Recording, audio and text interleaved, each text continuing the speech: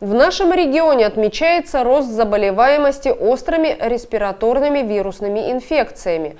За прошедшую неделю зарегистрировано 450 случаев заболевания коронавирусом. Почти у 100 человек выявлена внебольничная пневмония.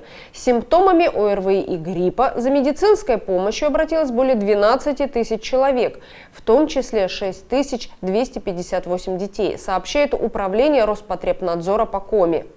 По данным мониторинга заболеваемости гриппом и ОРВИ, эпидемический порог превышен в целом по региону на 40,5%. Лабораторно за неделю подтверждено 10 случаев гриппа H3N2. У заболевших ОРВИ выделены вирусы негриппозной этиологии – риновирусы, аденовирус, микоплазма. В Инте-грипп не зарегистрирован. Продолжается вакцинация населения. У нас тоже регистрируется подъем заболеваемости респираторными инфекциями, как среди детского, так и взрослого населения. Мы отмечаем увеличение количества вызовов за медицинской помощью с признаками респираторных инфекций.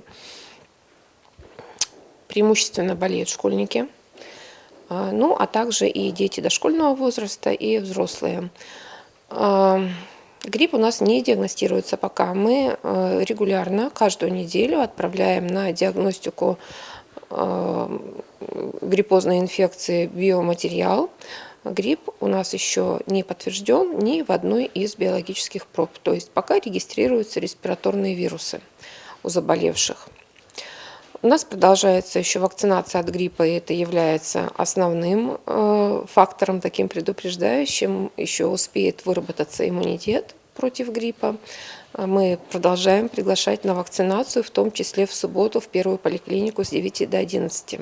Во время подъема заболеваемости медики советуют соблюдать ряд профилактических мер, по возможности сократить время пребывания в местах массовых скоплений людей и общественном транспорте, вести здоровый образ жизни, высыпаться, сбалансированно питаться, есть как можно больше продуктов, содержащих витамин С, избегать тесных контактов с людьми, которые чихают и кашляют.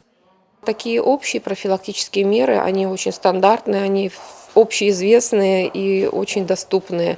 Это проветривание помещений, и на это нужно обратить внимание особое, потому что сейчас усилились морозы, и мы всеми силами стараемся сохранить тепло в помещениях, да, и как раз забываем о таком вот важном моменте, как проветривание. А проветривать нужно обязательно, особенно в тех семьях, где есть дети, где вирусы циркулируют особенно активно.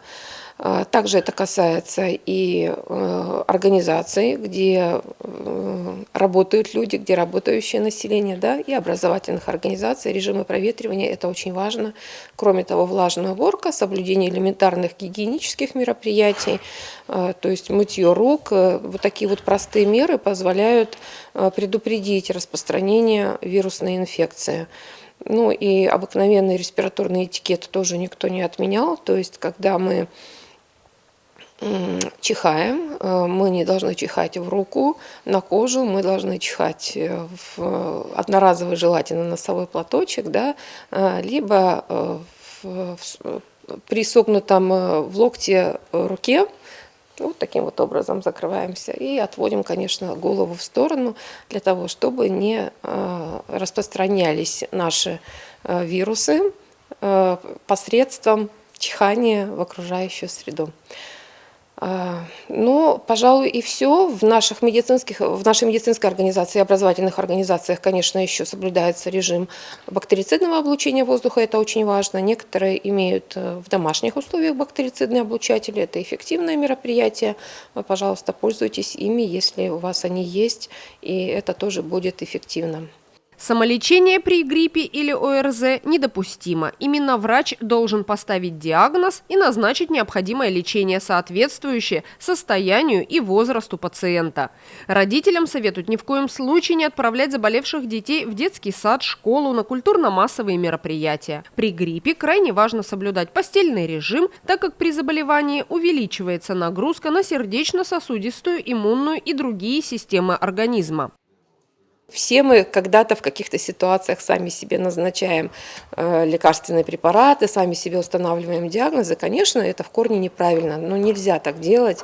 Поэтому при первых признаках заболевания, конечно, нужно вызывать врача не только детям, но и взрослым. Нужно бережно относиться к своему здоровью, не запускать заболевания, потому что если это грипп, он может очень быстро обернуться каким-либо осложнением и привести к тяжелой форме проявления заболевания. И бывает и такое, что и к критической форме болезни. Что такое грипп, знает каждый. По словам медиков, самой эффективной защитой от заболевания и его тяжелых осложнений является вакцинация.